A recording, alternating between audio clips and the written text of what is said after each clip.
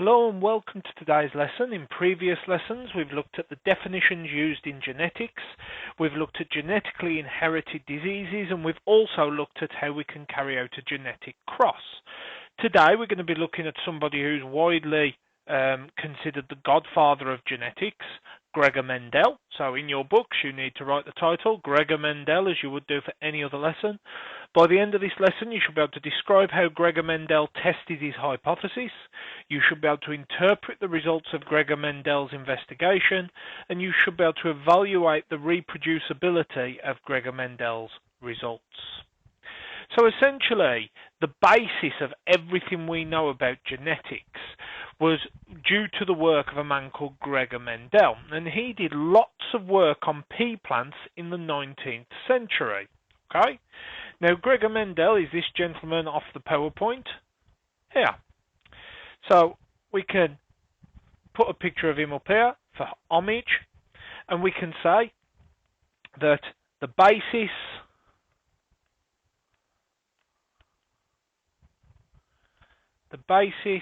of all genetics is due to the work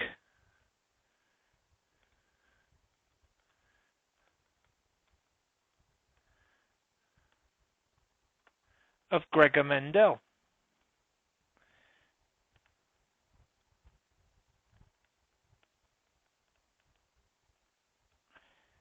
Now, Gregor Mendel was a monk who essentially did lots of work with pea plants, and he studied pea plants for many, many years, making notes in a little notebook. And basically what he did was he crossed different pea plants with different characteristics. So we've mentioned that he is known as the godfather of genetics, so he will be referred to as the godfather of genetics.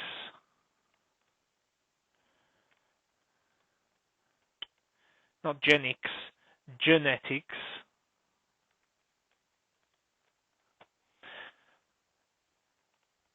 And we also said that he worked with pea plants over many years in the 19th century. So we can say, and I'm going to change colour so it stands out, he carried out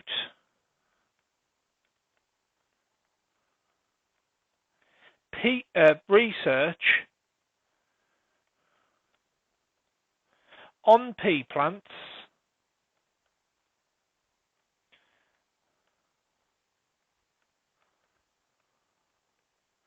in the 19th century.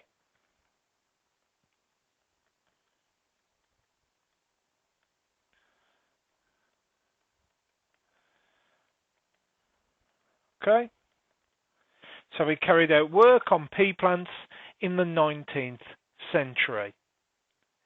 Now, Gregor Mendel chose pea plants for a particular reason. It was because they had lots of characteristics that made them easy to work with. So we can say that pea plants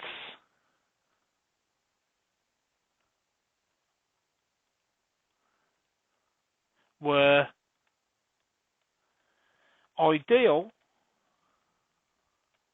for Mendel's studies. Remember, it's a capital M because it's a person.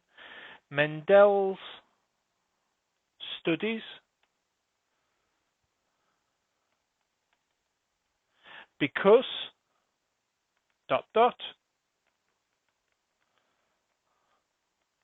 First of all, there was a wide range of varieties available. Pea plants have lots of variation.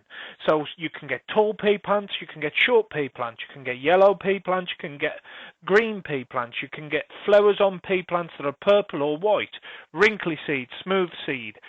There are lots of varieties of pea plant. So a wide variety,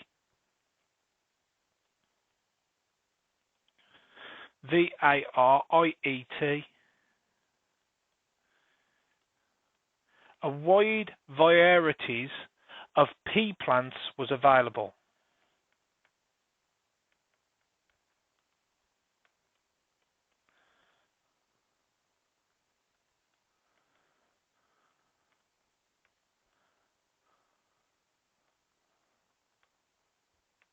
Okay. A second reason why he chose pea plants was because for each trait chosen, the differences were very easy to spot. Okay, so there was no middle ground. You're either yellow or you're green. You're either wrinkly or you're smooth. So we can say for each trait chosen,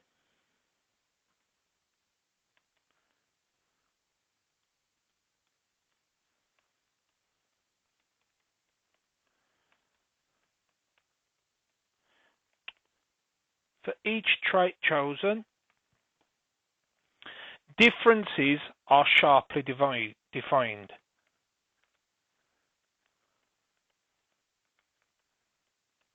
Differences are sharply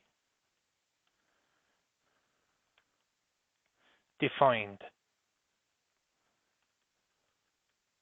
Okay? And what we mean by that, there's no intermediates. There's no middle ground. So we will put that actually, are sharply defined. There are no intermediates.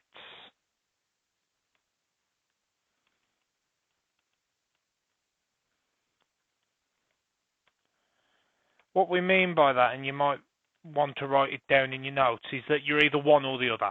You can't be somewhere in the middle. Okay? The third reason why he chose pea plants was because fertilization is easily controlled. So pea plants can either reproduce or pollinate other pea plants, or they can self-pollinate. So we can say fertilization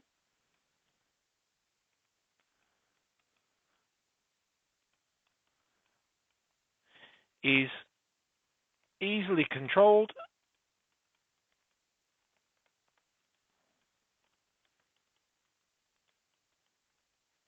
and can be cross-pollination. That's where you reproduce with another plant, or self-pollination.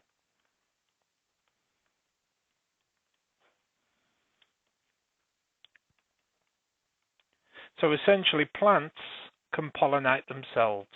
Okay? Another reason is because peas are easy to cultivate, which we mean grow. So peas are easy to cultivate / grow. And we can also say that peas grow and flower, and the seed can be collected for sowing again. So peas, so number 5, peas grow and flower,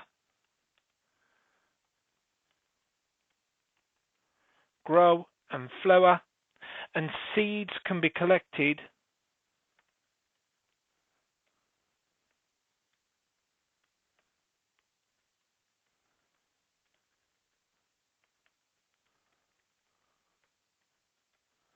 straight away.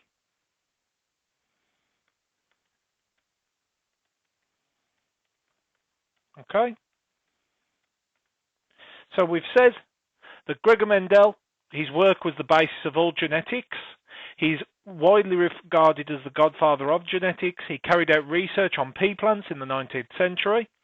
He chose pea plants because there was a wide variety of pea plants available, so they had lots of variation.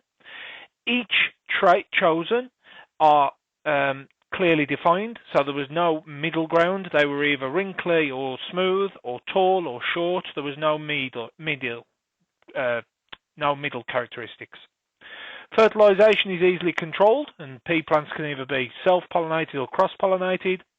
Peas are easy to cultivate and grow, and it was easy to collect seeds straight away from these plants. Now, before doing his work, before doing his study, Mendel bred plants of each trait that he wanted to look at for 2 years. Okay? So we can say that Mendel grew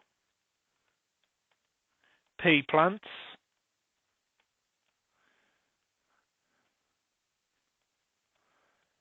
of each trait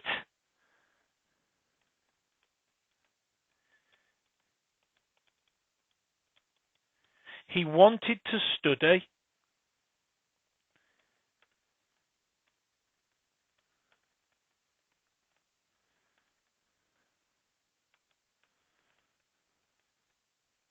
for 2 years.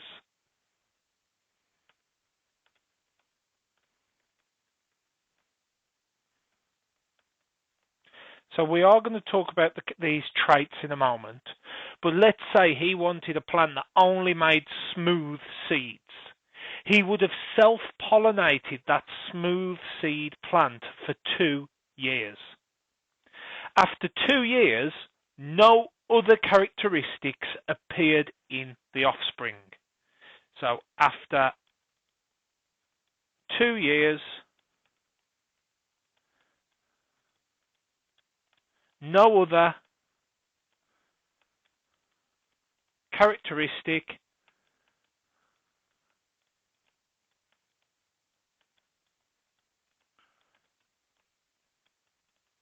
appeared in the offspring.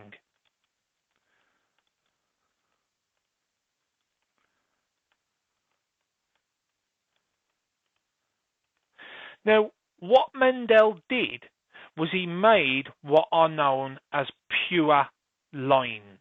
Okay, we call this a pure line. Pure line. Now, a pure line is created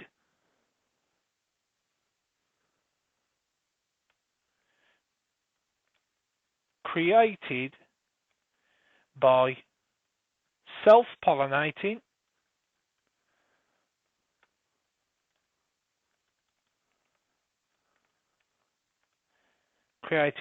self-pollinating homozygous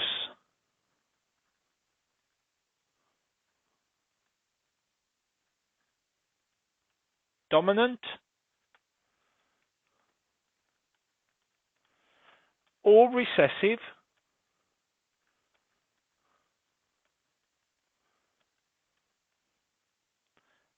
plants. Okay? So if you keep self-pollinating homozygous dominant plants or homozygous recessive plants, eventually what you're left with is a plant that can only pass on one type of allele. So if you keep doing this, the plant that you make in a pure line can only pass on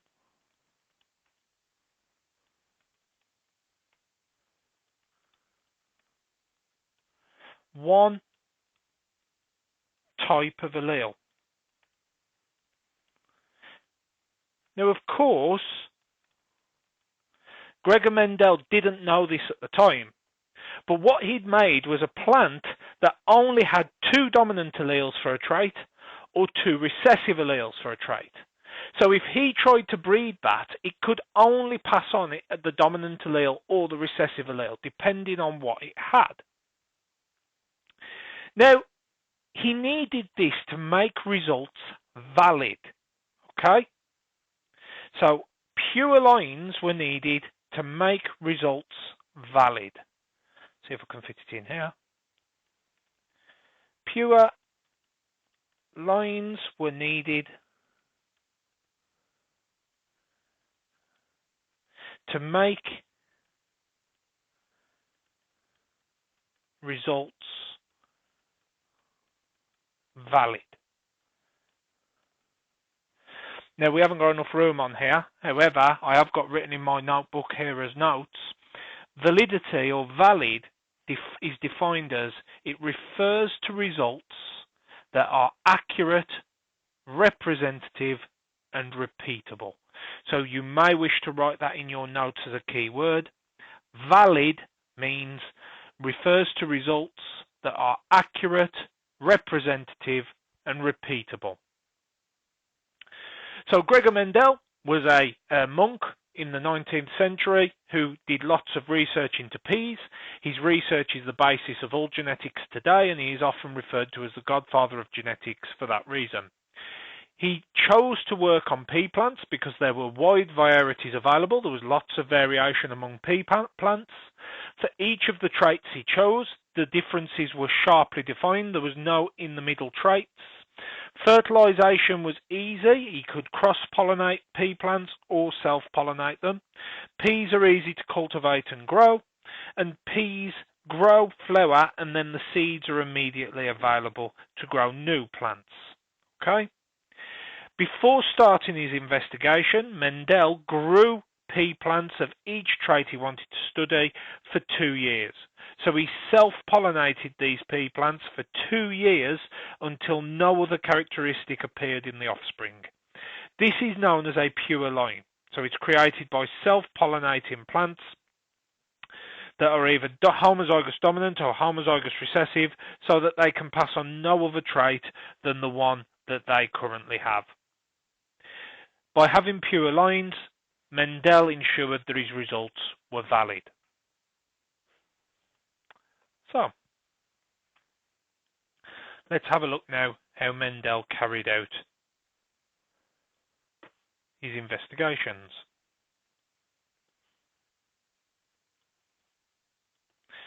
So, let's put the subheading, how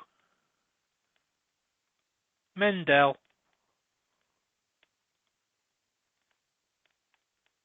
carried out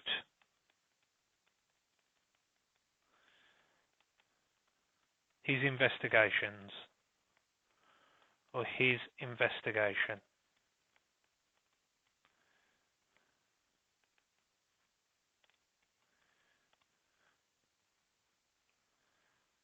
So how Mendel carried out his investigation. Now the traits that Mendel looked at are shown on the PowerPoint, okay? And Mendel was looking for pea plants that were either purple flowered or white flowered. They either had a smooth seed or a wrinkle seed. They either had a yellow internal colour in the seed or a green internal colour. The seed pod was either green or yellow. The seed pod could either be full or constricted. Constricted means it has like these little indents where the peas are. They could have either had flowers at the side or flowers at the end of each branch. And the height could have either been tall or short. Okay? Now, to begin his investigation, Mendel crossed a pure breeding purple flowered plant with a white flowered plant. Okay? So, Mendel bred a pure breeding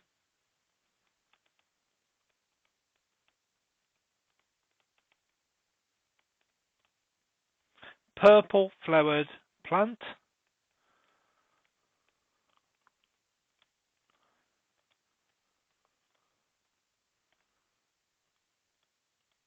so a purple flowered plant with a white flowered plant.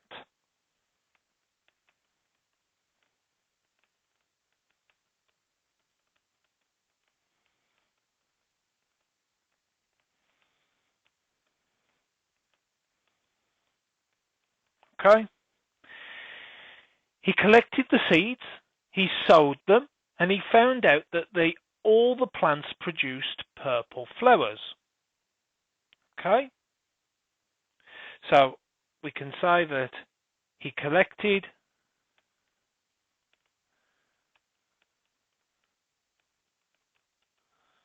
the seeds,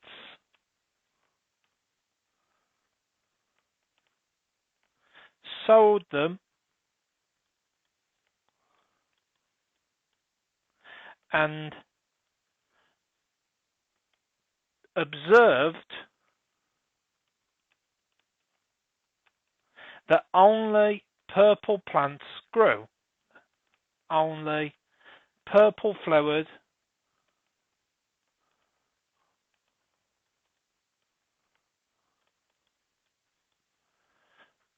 pea plants grew.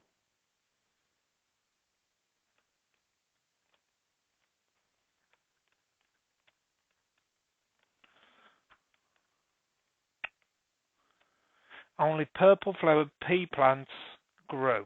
Okay? Now, he noticed, he checked his results, that this didn't make a difference if the pollen grains came from a white flowered plant or from a purple flowered plant.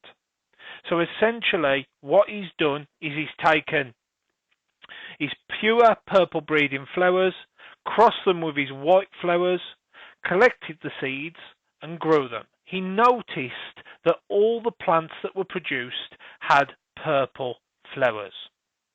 Now remember, all of the plants he used were pure lines. So all plants used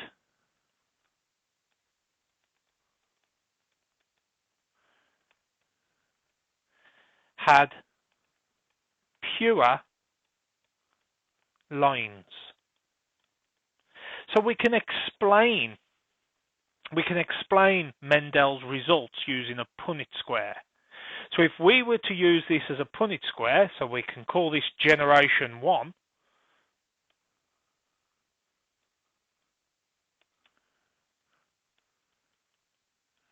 generation 1, all of the plants ended up being purple. Therefore, this is a dominant trait. Okay?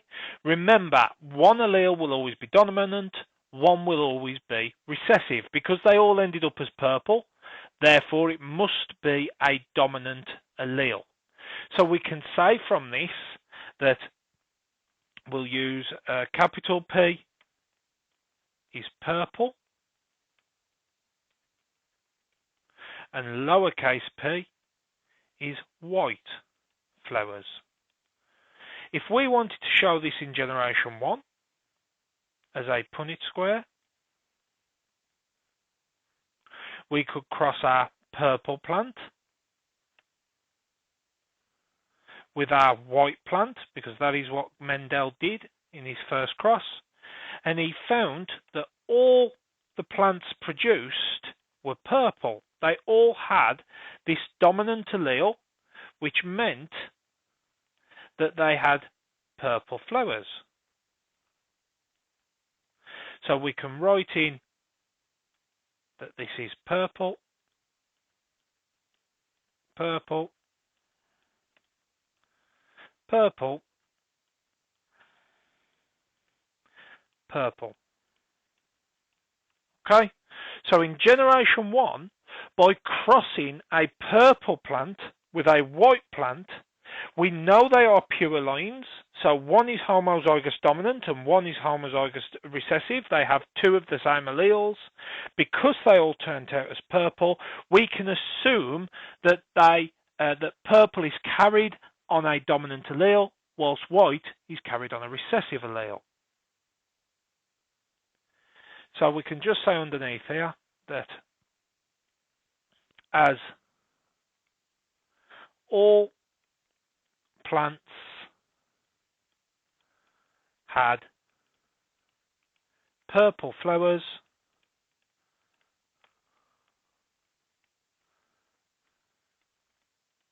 this allele must be dominant.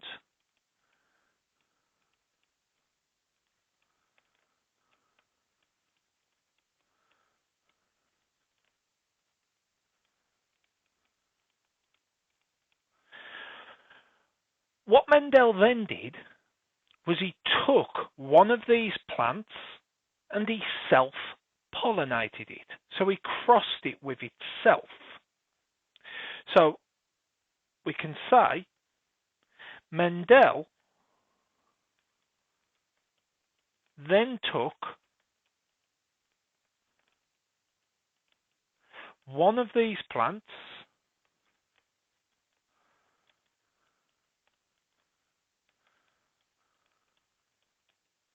and self-pollinated it.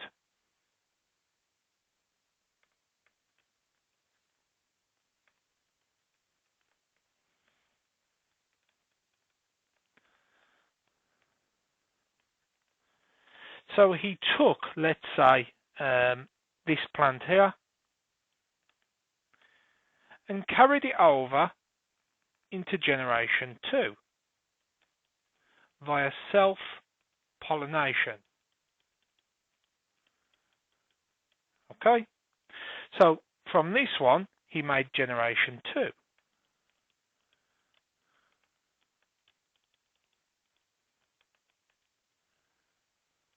Now we can do a Punnett square of the results he would have got from this cross, or what he would expect to get. Now because we are doing self-pollination, it's always going to be a dominant allele and a recessive allele. He's going to have a dominant allele and a recessive allele. If we do this as a cross, so this one with this one will make homozygous dominant, this one with this one will make a heterozygous plant, this one with this one will make heterozygous plants, and this one with this one will make homozygous recessive. What he found was when he did this cross in the second generation was that he got 3/4 of them being purple, and he always got 1/4 of them being white. So out of this he would have purple, purple,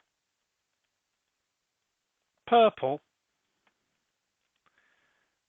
and white. Okay? So when he did this cross, we can say, I'm going to put it in red because it's important, the second generation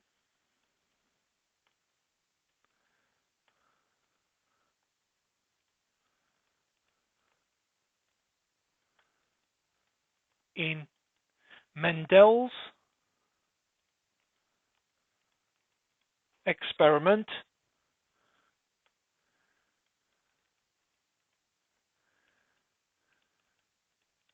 had 705 purple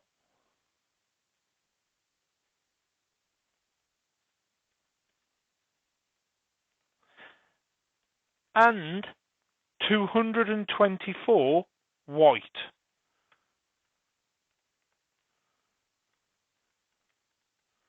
Okay? Now, the white plant had been carried by a purple plant. A characteristic had been carried by something that wasn't seen in the parent. The parent plant that we used was purple, and somehow its offspring was white. So we can say in red again, because this was sort of Mendel's eureka moment, the white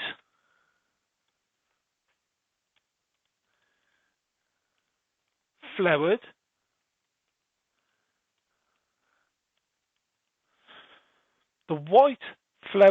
plants hidden in the first generation, hidden in generation 1,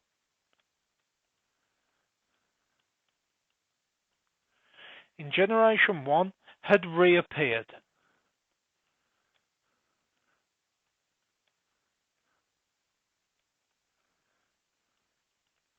So the white flowered plants hidden in generation 1 had reappeared in the second, in generation 2.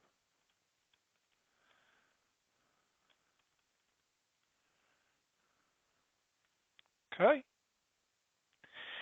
He carried out this experiment. He repeated it for each of the traits shown here. So this is how he did it with flower color. He did the same for seed texture. He did the same for internal seed color. He did the same for seed pod color. He did the same for seed pod shape. He did the same for the position of the flowers, and he did the same for height. And he found that the second generation always gave a 3-to-1 ratio. So we can say that, we'll go here, Mendel repeated his experiment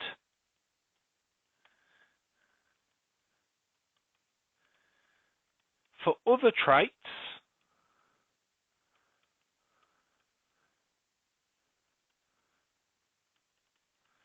and always got a 3-to-1 ratio in generation 2. That's the worst O ever on ratio.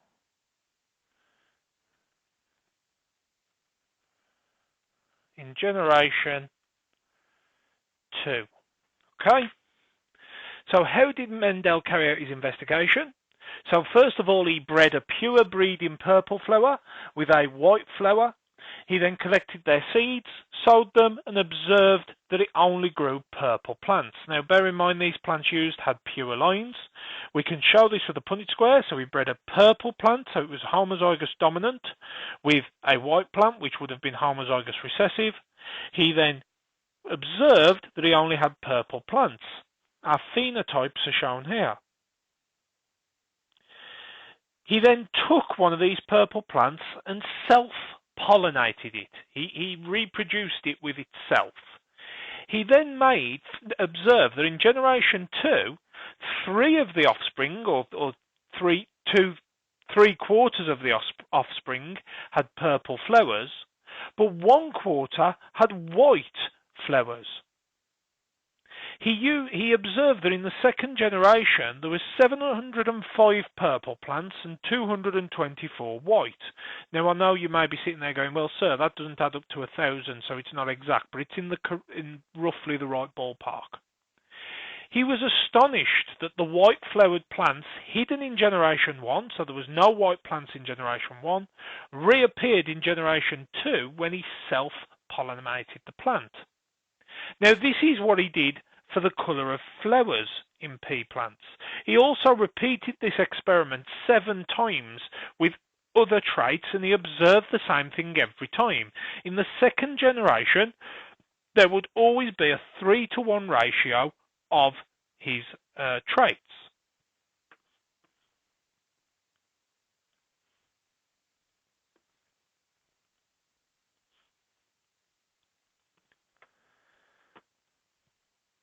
So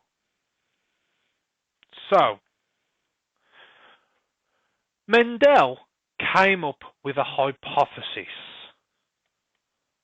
So Mendel came up with a hypothesis.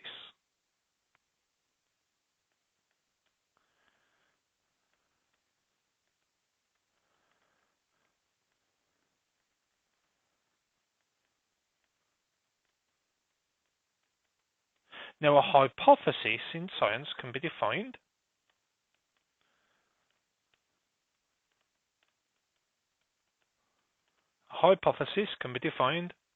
as a scientific question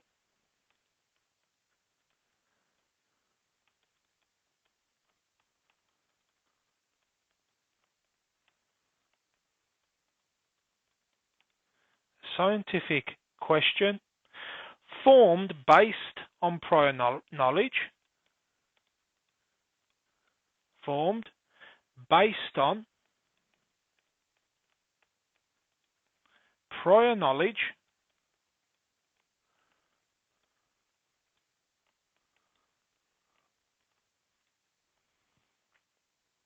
that can be tested in an experiment.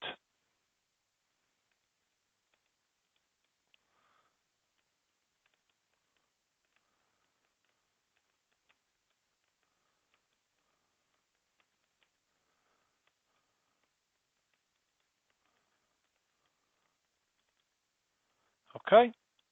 So Mendel came up with a hypothesis. A hypothesis is a scientific question formed based on prior knowledge that can be tested in an experiment.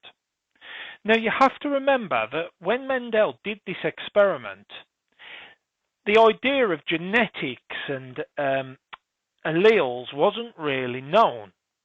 And what Mendel came up with was the idea that the characteristic was carried by what he called units, and these units were passed on from parents to offspring. Each plant had a pair of what he called factors, which governed a particular characteristic. One would always be dominant and one would always be recessive. One of these factors would be released into the offspring at random. Okay? So, if we can think about his results, he bred a purple and a white flower together. He then only produced purple flowers. He then self-fertilized a single purple flower, and each time he observed that he had 3 purple flowers and 1 white. So we can fit this in over here, a bit bigger so that we can read it in future. So Mendel suggested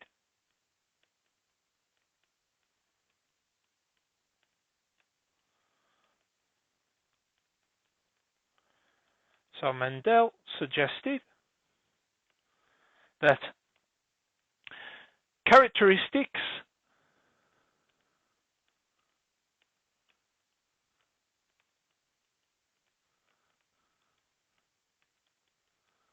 were passed on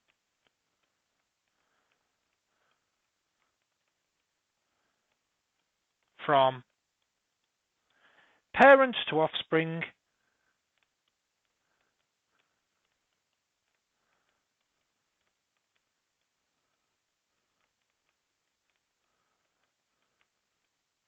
by units. He called them units. What we call them now is alleles. So we now know that alleles are passed on from parents to offspring. Now, each plant had 2 units.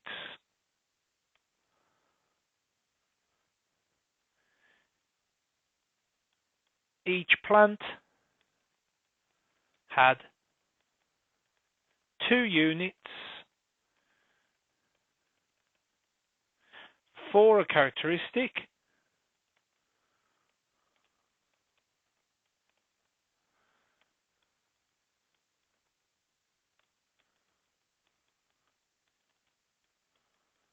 one would be dominant and one would be recessive.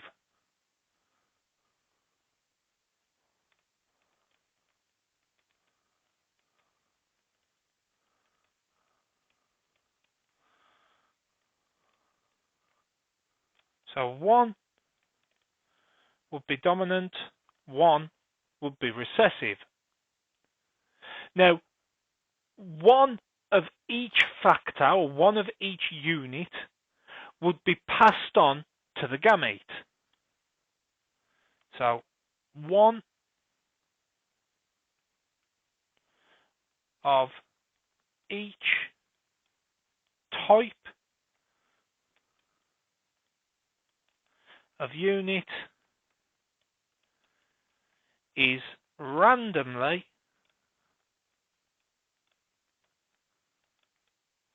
passed to the gamete. Now, this happens during meiosis, but of course Mendel didn't know that at the time, so all these bits have only been discovered since he made this observation.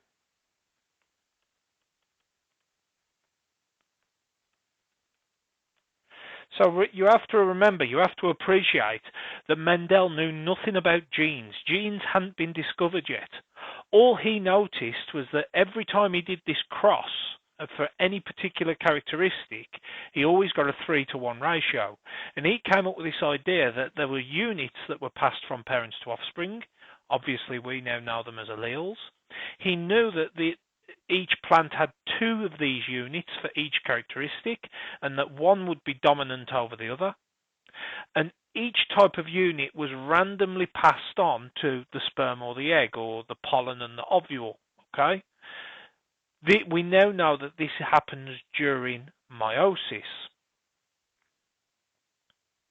Now, his results showed this. He showed that through testing that this happened every time, and he was able to observe it, and he was able to see what was happening.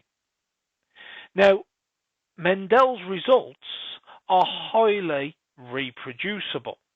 Okay? So, Mendel's results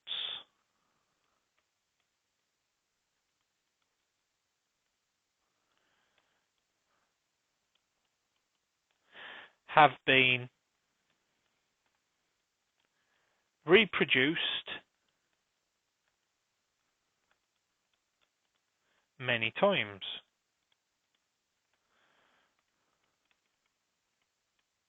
And this is shown by this table here. This shows some different results that have been used by different scientists. So, for example, Gregor Mendel, in his second generation, he saw a 3-to-1 ratio. Carl Correns in 1900, he did the same experiment and he saw a 3-to-1 ratio, very roughly. I'm not even going to try and say that name. Erich von Tischermark Seyenseneg got a 3-to-1 ratio. William Bateson, 3-to-1 ratio. Charles Hurst, 3-to-1 ratio. Robert Locke, 3-to-1 ratio. So the point we're trying to make is that Mendel's results have been repeated many times to show that his results weren't just a one-off. Now, this is testing something known as reproducibility of results. Okay? Reproducibility. Now, we can also call it repeatability. So, our final keyword today is repeatability. Repeatability. And we can define repeatability as data that shows the same patterns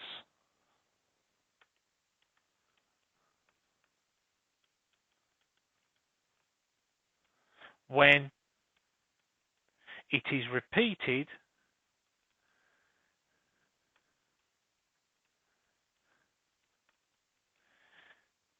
many times.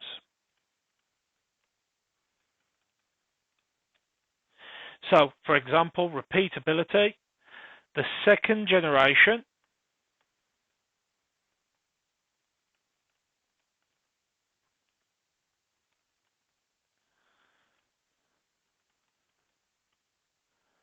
of Mendel's crosses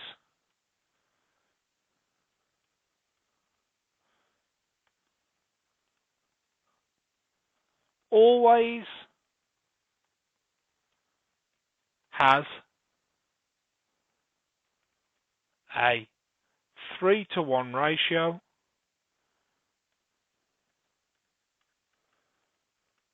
in the traits.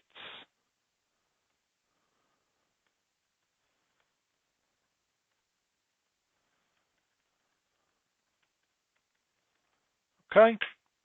So after doing this cross, after crossing a pure white plant and a pure purple plant with each other, he noticed that the first generation had all purple plants. When he self-pollinated one of these purple plants, he found that he always got a 3-to-1 ratio of the traits. He'd always have offspring that were roughly 3/4 purple and 1/4 white. From these results, Mendel suggested that characteristics were passed from parents to offspring by what he called units, which we now know as alleles. Each plant had 2 of each unit for a characteristic. One would be dominant and one would be recessive. One of these units would be randomly passed to the gamete, which we now know happens during meiosis. Mendel's results have been reproduced many times, such as all those scientists listed there and the year they did them, and this suggests that Mendel's results are repeatable, okay, or reproducible. Repeatability is data that shows the same patterns when it is repeated many times. The fact that the second generation of any Mendel cross shows a 3-to-1 ratio in characteristics shows that Mendel's results were highly repeatable. So, you should now be able to tell me how Gregor Mendel tested his hypothesis. You should be able to interpret the results of Gregor Mendel's investigations, and you should be able to evaluate the reproducibility of Gregor Mendel's results. If you have any questions about this lesson, please get in touch via the usual means. If not, I will see you in the next video. Thank you very much.